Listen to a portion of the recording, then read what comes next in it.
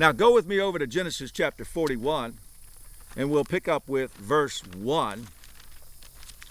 Genesis chapter 41, starting with verse 1. It says this, "And it came to be at the end of 2 years' time that Paro, or Pharaoh, had a dream and saw him standing by the river, and saw 7 cows coming up out of the river, beautiful looking and fat, and they fed amongst the reeds. Then saw 7 other cows coming up after them out of the river, ugly and lean of flesh, and stood by the other cows on the bank of the river. And the ugly and lean flesh cows ate up the 7 beautiful looking and fat cows. Then Paro awoke, and he slept and dreamed a second time, and saw 7 heads of grain coming up on one stalk, plump and good, and saw 7 lean heads scorched by the east wind coming up after them. And the 7 lean heads swallowed the 7 plump and complete heads. Then Paro awoke and saw it was a dream. And it came to be in the morning that his spirit was moved, and he sent and called for all the magicians of Mitzrayim, or Egypt, and all its wise men, and Paro related to them his dreams. But there was no one who could interpret them for Paro. Then the chief cupbearer spoke to Paro, saying, I remember my crimes this day, when Paro was wroth with his servants and put me in confinement in the house of the captain of the guard, both me and the chief baker. Each one of us dreamed a dream in one night. He and I, each of us dreamed according to the interpretation of his own dream. And there was with us a Hebrew youth, a servant of the captain of the guard, and we related to him, and he interpreted our dreams for us. To each man he interpreted according to his own dream. And it came to be, as he interpreted for us, so it came to pass. He restored me to my office, and he hanged him. Then Paro sent and called Yosef, and they hurriedly brought him out of the dungeon, and he shaved and changed his garments and came to Paro. And so here we see the interpretation of the dreams as being 7 years of plenty. Again, prophetically, we're in that prophetic period now. And then 7 years of famine, and that begins when Anti-Mashiach forges a covenant between Israel and the Muslims that control Temple Mount, and by extension all of the Muslims of the world. So we have 7 years of plenty. We need to act in those 7 years of plenty, because Yosef stored up 20% of all of the crops that were grown in Mitzrayim every year for those 7 years. He was putting away food so that there would be plenty in the land of Mitzrayim in the 7 years of famine. We need to be doing that now. We need to be preparing now. Time is short. That's what these videos are all about. Go with me over to Genesis chapter 45, and we're going to look at verses 5 and 7. Genesis chapter 45, beginning with verse 5. And now do not be grieved nor displeased with yourselves, he's talking to his brothers, because you sold me here. For Elohim sent me before you to preserve life. So Yosef came to understand that all of the hardship that he went through, all of the things that the brothers of his household did to him, and the things that he suffered, was to posture him, to put him in a place where he could preserve life. And the point that I want to make here is that the person with revelation, the person who understands these things that we're talking about, Yah sends that person ahead of their family, ahead of their sphere of influence, to preserve life. And so if this message is resonating in your spirit right now, then you can know that you've been called and you're being sent ahead of your family, ahead of your friends, ahead of your sphere of influence to do the work necessary to preserve life. Now let's look at verse 7. And Elohim sent me before you to preserve for you a remnant in the earth and to give life to you by a great escape for a very troubling time. And so Joseph is saying, Elohim sent me before you to preserve for you a remnant in the earth and to give life to you and to provide a great escape. I want you to apply those words to yourself. If you're a person of light and receiving revelation, then that's the calling that Yah has placed upon you. Go with me over to verse 10 of chapter 45.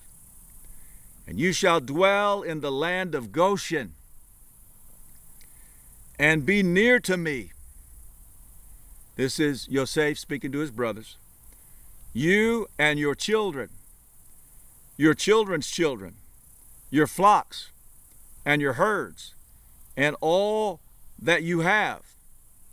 And I shall provide for you there, in that place called Goshen, lest you and your household and all that you have come to poverty, because 5 years of scarcity of food are still to come. And so 2 years had passed, and there were 5 years more to come.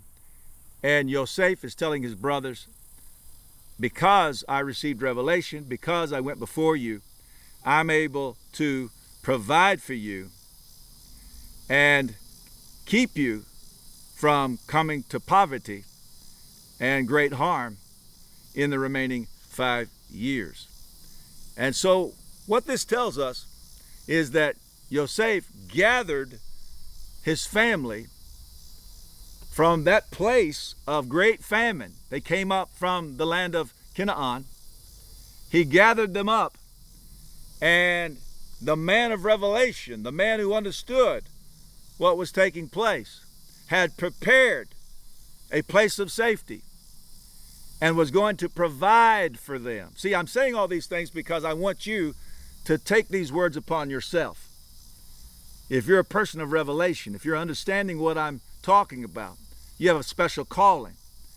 Yah has called you to go before your family. Make a way for them. Go before those who are in your sphere of influence. And ultimately, you will lead by revelation. You will draw them in. You will bring them into a place of safety. And you will provide for them during the 7 years of famine. All right, so what is famine? Let's just take a moment and talk about famine. Obviously, famine is a lack of food, a lack of nourishment. Any kind of famine is detrimental to the health of the human body. And Yeshua prophesied that we're going to face deadly diseases. Deadly diseases. Let's take a look at that. Matthew chapter 24. We're going to look at verse 7. Matthew chapter 24, verse 7. It says, For nation shall rise against nation, and reign against reign, and there shall be scarcities of food, and deadly diseases, and earthquakes in places. And so, we want to talk about what we can do to prepare for deadly diseases. I told you we were going to get into the practical. So many people are interceding now that Yah would just remove COVID-19 and all the variants from the earth. And we should pray. We should pray. But a lot of people are hoping that Yah is going to come and just deliver us from the disease, and we continue in a lifestyle that draws disease into us. And so what I want to talk about over the next few minutes is what we can do. What is our part? How can we prepare for deadly diseases? We need to get our bodies strong. We need to come to a much higher level of health. We need to give our body what it needs to be able to fight off deadly diseases. Yah has created in us an immune system. It has the ability to fight off deadly diseases when we don't hinder it and weaken it through our poor lifestyle choices. We have a covenant with Yah if we understand it. But Yah is the ultimate steward. He expects us to take good care of our physical bodies. What? Know you not that your physical body is the set-apart dwelling place of Yah by His Spirit? You're not your own. You've been bought with a price. Therefore, show great esteem to Yah through your body and by your spirit, which are His. And so He commands that we be good stewards. We have a covenant over in Exodus chapter 23 and verse 25. This is a promise to us as we walk in covenant with Yah through His Son, Yeshua. Yah says, I will bless your bread and your water and take sickness from your midst. In other words, your food is your medicine. When you walk in covenant with Yah, when you are fueling your body with the right kinds of food, get off the junk food. Quit eating so much salt. Stop eating all the processed foods. Stop mistreating your body. If you'll eat properly, if you'll eat organic food, if you'll eat live food, if you'll eat food that's not sprayed with herbicides and pesticides, then Yah says, I'm going to bless your bread and your water. There's going to be power released on the food that you eat. The food that you eat will be blessed, and I am going to take sickness from your midst. The problem with so many is it's what they are eating that's bringing sickness into their midst. And so we need to reverse that. We need to take good care of our bodies, eat the right things. Yah said, I will bless what you eat, and I'll remove sickness from your midst. Now, let me just give you a few practical things. We don't have enough time to go into great detail on all of these things, but I just want to give you some things to think about. It's time to get healthy, to have a strategy for health. Did you know that when you study the miracles of Yeshua, Yeshua's miracles are done in motion? He said to one person, stretch out your hand. He told another one, rise up and walk. He told another one, go and cleanse yourself. And so what I want to say is there are miracles in motion when you're stagnant, when you're lethargic, then you're inviting disease into your body. How are we going to get healthy? We got to move. We have to start moving. There is miracle power in motion. We are fearfully and wonderfully made, and our bodies are ready to heal themselves if we'll give them what they need: proper food, proper exercise. So set and achieve fitness goals. Have regular fitness activity. Start by just getting up in the morning and going for a walk, and then walk again in the evening before you eat your last smaller meal. Start moving. When you start moving, there's miracle power in motion. And then get your blood pressure under control naturally. Get your blood sugar under control naturally. We know that as it relates to COVID-19, people who are overweight and people who have issues with their blood sugar are high risk. So how are we going to deal with deadly diseases? We're going to get healthy. We're going to get rid of all the excess fat and weight, and we're going to manage our blood sugar. And then get off of medications as much as possible. Because a medication a lot of times will mask a symptom that you have, but cause others. And so pray about it, but as you can, as you're able, get off of medications as much as possible. Boost your immune system naturally. Give it what it needs. There are certain things that people can take even today to help your body fight COVID-19 by boosting your immune system.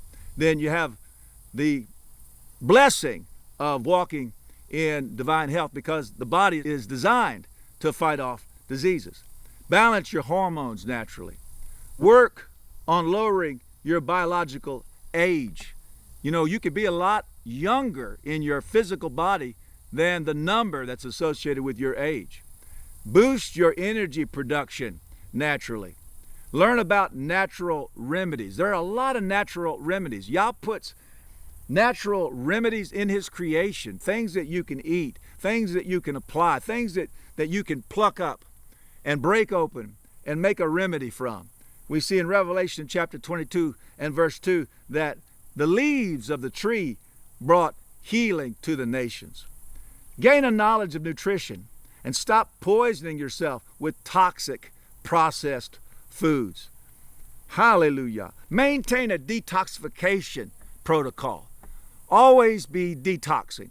Sweating is a great way. And when you get to moving and you get that motion going, then you'll be detoxing. There's so many toxins in the earth today. It's so important.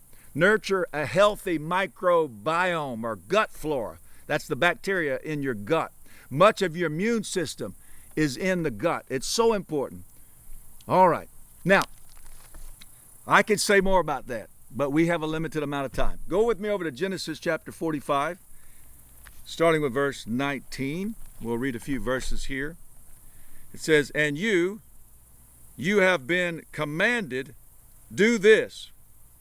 Take wagons out of the land of Mitzrayim for your little ones and your wives, and you shall bring your father and come." So he's talking to his brothers. This is Yosef. And he's telling them, take wagons from the land of Mitzrayim or Egypt and go to your land, Canaan, and bring your father and your little ones, your children, and your wives, and come to the land of Mitzrayim. He's going to put them in the land of Goshen. We're going to talk about that in just a moment. "And do not be concerned about your goods, for the best of all the land of Mitzrayim is yours." So even in famine, you can live a blessed life. That's an important point. Even in distressing times, you can live a blessed life. "And the sons of Israel did so, and Yosef gave them wagons according to the mouth of Paro, and he gave them food for the journey. He gave to all of them, to each man, changes of garments, but to Benjamin he gave 300 pieces of silver and 5 changes of garments." And you could read all through there and all of the things that Yosef did to do what? What did he do in all of that? He reunited his family. He brought his family together. Now think about it. Think about how his brothers had mistreated him. Think about how at one point they thought about killing him. And then they sold him into slavery. They mistreated him horribly. And yet Yosef, understanding his calling, knowing that Yah sent him before them with revelation to prepare for the 7 years of famine, he knew that it was his calling to bring the family together and to be one who would protect and provide for the family. And so I want to say this: heal your family. Be the agent of forgiveness. There are some very, very difficult times ahead of us, and you will need the family to be together. So you be the one who reaches out. You be the one who forgives. You be the one who restores. And by the way, when you forgive and you are a source of restoration, that also brings physical healing to you and provides health to fight off diseases. And so think about this. The famine will facilitate. This is a strong point. The famine will facilitate the unification of the family. Yosef's family, in other words, the house of Israel, didn't come together until 2 years into the famine. So be patient and be prepared. The famine itself actually facilitates the reunification of the family. Now, don't wait until the famine. Start that work now. Reach out to those loved ones, to that sibling who you haven't talked to in 5 years, to that mother, to that father that you're not speaking to. They're going to need you. You're the person of light. You're the person of revelation. You're the person called to go before them to prepare the way. Reach out. Start showing love. Start showing forgiveness. Start being the agent of restoration, because the family is going to need one another during this very distressing and difficult time that is ahead of us. So the future crisis will be greater than the challenges of the past. Unite over a common vision of preparedness for the famine. I want to say that again. I want you to get this. The future crisis will be greater than the challenges of the past. I'm talking about the family crisis. Unite over a common vision of preparedness for the famine. Hallelujah. All right. Now, let's go to the third point. We can look over at Genesis chapter 46. We're right there, real close by. And we're going to read verses 1 through 7. And Israel set out with all that he had and came to Beersheba and slaughtered slaughterings to the Elohim of his father Isaac. And Elohim spoke to Israel in the visions of the night and said, Yaakov, Yaakov. And he said, Here I am. And he said, I am the Elohim of your father. Do not be afraid to go down to Mizraim, for I shall make you there into a great nation. I myself am going down with you to Mizraim, and I myself shall certainly bring you up again, and let Yosef put his hand on your eyes. And Yaakov rose up from Beersheba, and the sons of Israel brought their father Yaakov and their little ones and their wives in the wagons which Paro had sent to transport him, and they took their livestock and their property which they had acquired in the land of Canaan, and came into Mizraim, Yaakov and all his seed with him, his sons and his sons' sons, his daughters and his sons' daughters, and all his seed he brought with him to Mizraim. So here's the point. Do not be afraid to relocate where Yah sends you. So in real estate, they have a statement that is location, location, location. It's all about location. The point that I want to make here is that in these days that we're in, every one of us need to be praying, and we need to be looking. You need to find your Goshen and get there. Find that place where Yah is leading you to. That place where you can be away from the large cities. Get out of the big cities. That's where the controllers are going to control the masses in the big cities. There are acres and acres and miles of open land in this country, if you're in the United States. There is land out there where you can grow crops and store up food. And we need to be doing that. We need to be saving up like Yosef did. He saved up 20% a year, and he had plenty for 7 years of famine. And so we need to begin growing our own food and storing it up. We need, as I mentioned, to get out of the big cities. I call that reverse migration. At one point in our nation's history, all the people were moving into the cities. And now the people of light need to be moving out of the cities. What are we talking about? We're talking about real social distancing. Literally, distance your family from the masses of people. Don't be swept in to what the controllers are doing in the big city because you waited too long and got stuck there.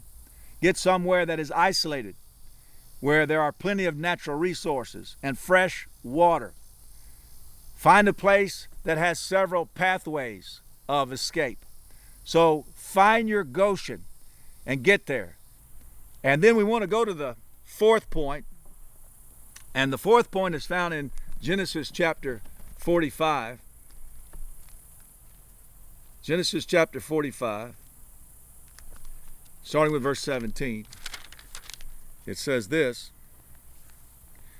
"And Paro said to Yosef, say to your brothers, do this, load your beasts and go, enter the land of Canaan, and take your father and your household, and come to me. And I give you," notice, "the best of the land of Mizraim, and you eat the fat of the land." And so the fourth point is it's time to reconnect with the land. We must reconnect with the land. Learn how to grow your own produce. Remember what we said about those who take the mark of the beast? Only those who take the mark of the beast will be able to go into the grocery store, or go into a department store, or purchase a vehicle, or purchase a ticket for a flight or a bus ticket. You will not be able to purchase anything on the market unless you have the mark of the beast. And so you won't be able to just walk into a grocery store and get food. So what are we going to do to be prepared? Learn how to grow your own produce, and then develop a respectful relationship with livestock. See, there's going to be a meltdown of the financial system in all the different nations. And ultimately, there will be a new one world global financial system with a global market. And to tap into it, you're going to have the mark of the beast. And so we have to be ready for that. And there's going to be a redefinition of wealth. Wealth is no longer going to be how many numbers you have in a bank account that you can access electronically. But instead, wealth is going to be, have you found that piece of land? The wealthy person is going to be the one who knows how to grow food and can sustain his family off of the food that he's able to grow. The wealthy person is the one who has a respectful relationship with livestock. And so wealth is going to be redefined. It's going to be redefined as the one who has the resources necessary to survive. And so I want to encourage you to be a wealthy person. We need to go on and make our homes eco-friendly and energy sufficient. We need to learn about freeze-drying food and dehydrating food and canning and bottling. We need to learn how to use natural and organic methods to grow produce. Learn effective ways to use technology to grow food, like hydroponics.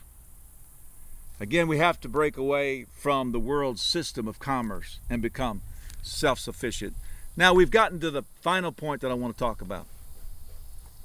And we're going to look at Genesis chapter 47, starting with verse 13.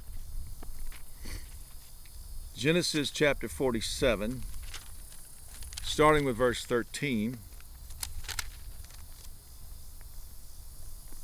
It says, "Now there was no bread in all the land, because the scarcity of food was very severe, and the land of Mitzrayim and all the land of Canaan became exhausted from the scarcity of food. And Yosef gathered up all the silver that was found in the land of Mitzrayim and in the land of Canaan for the grain which they bought. And Yosef brought the silver into Paro's house." So we see silver as a means of purchasing. It's a certain level of tradable assets. Verse 15, "And when the silver was all spent in the land of Mitzrayim and in the land of Canaan, all the Mitzrites came to Yosef and said, give us bread. For why should we die in your presence? For the silver is gone. And Yosef said, give your livestock, and I give you bread for your livestock, if the silver is gone. So they brought their livestock to Yosef, and Yosef gave them bread in exchange for the horses, and for the flocks they owned, and for the herds they owned, and for the donkeys. Thus he fed them with bread in exchange for all their livestock that year. And when that year had ended, they came to him the next year and said to him, we do not hide from my master that our silver is all spent, and my master also has the livestock we owned. There has not been left any before my master but our bodies and our lands. Why should we die before your eyes, both we and our land? Buy us and our land for bread, and let us and our land be servants to Paro, and give us seed, and let us live and not die, and let the land not lie waste. And then look at verse 23. And Yosef said to the people, look, I have bought you and your land today for Paro. Look, here is seed for you, and you shall sow the land. And it shall be that in the harvest you shall give 1/5 to Paro, and 4/5 is your own as seed for the field and for your food, for those of your households, and as food for your little ones. And they said, you have saved our lives. Let us find favor in the eyes of my master, and we shall become Paro's servants. All right. So under this heading of store up tradable assets, that's very important. You're not going to engage in the global economic markets. So how are you going to get things that you need? You're going to have to store up tradable assets. We're going to enter into the bartering system. You're going to have something of value that you can trade for something you need. And so begin to store up tradable assets. Don't be a victim to the trading mechanisms of those in power. We've talked about that. Don't take the mark just so that you can go get groceries for your family. Store up assets that will be of value to people. You know, you're not going to be able to buy a new vehicle, and so you're going to have to be able to keep the one you have running. So if you have a stock of parts, if you have tires, if you have some items that people need for farming, if you have soap, you can trade food if you have a great surplus. But keep in mind that you're going to have something of value for you to be able to get from others what you need. So we see 3 levels here of tradable assets. Silver. Silver and gold have always had some value, and they will continue to have some value for a season, but over time they're going to lose their value. Livestock and food assets will hold its value. These are things that you can use to barter with others to receive things that you need. Livestock and food assets. And then thirdly, land and personal services. So we pulled that right out of these verses that we just read. But personal services, someone who has a skill especially, you'll be able to do something for someone in exchange for something that you need. So I'm sowing these seeds. We're not going to be able to go into great detail in all these points, but I want you to begin thinking about these things. So let's briefly revisit these points. The first thing is we need to bioprep. We need to prepare our bodies to fight off these deadly diseases that are coming on the earth. This is not the end of it. When COVID-19 is over, it's not the end of it. It's only the beginning. So we need to get healthy. Get serious about that, folks. Get serious about that.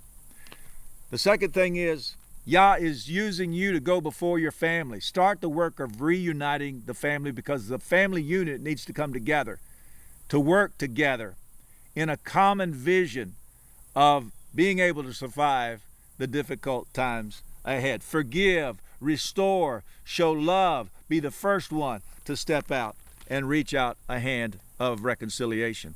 And then number 3, find your Goshen and get there.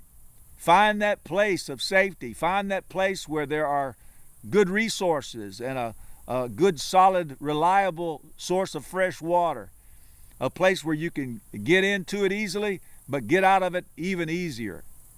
And so, find your Goshen and get there. Get out of the big cities. You've been hearing me say that all week long. Get out of the big cities, because the controllers are going to be controlling the masses in the big cities. Social distance yourself and your family from the masses of the people. Number 4, reconnect with the land. Reconnect with the land. So many people have no clue about how to grow anything in the land. They've been living in the big cities. Reconnect with the land. Get you a piece of land and start making it produce. Start working it. Start farming it. It'll bring you a lot of peace just being reconnected with the land. Have a respectful relationship with livestock.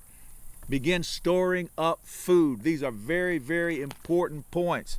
And then 5thly, store up tradable assets. Think of something that people will need during the 7 years of famine, during the 7-year covenant, and begin storing up those items so that you can barter with others to receive what you need. That will be your new source of wealth. Resources that you can trade for things that you need. And so my prayer is that these words have inspired you. They have you thinking. You're being proactive. You're going to start acting on these things, and you are going to go before your family and your friends and your sphere of influence. You're going to start making plans and preparing the way so that at the time that's necessary and needed, you can bring in your family and be a source of safety and a source of provision for them. Hallelujah.